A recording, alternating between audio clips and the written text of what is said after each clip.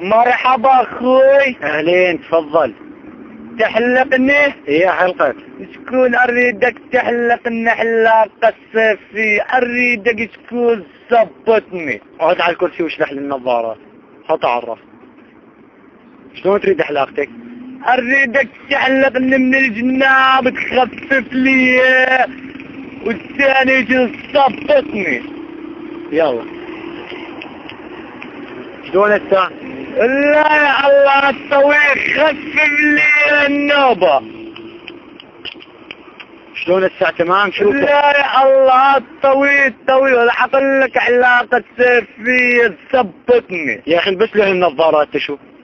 شو استنى على دينك اشكون يا الله شو عالصبر.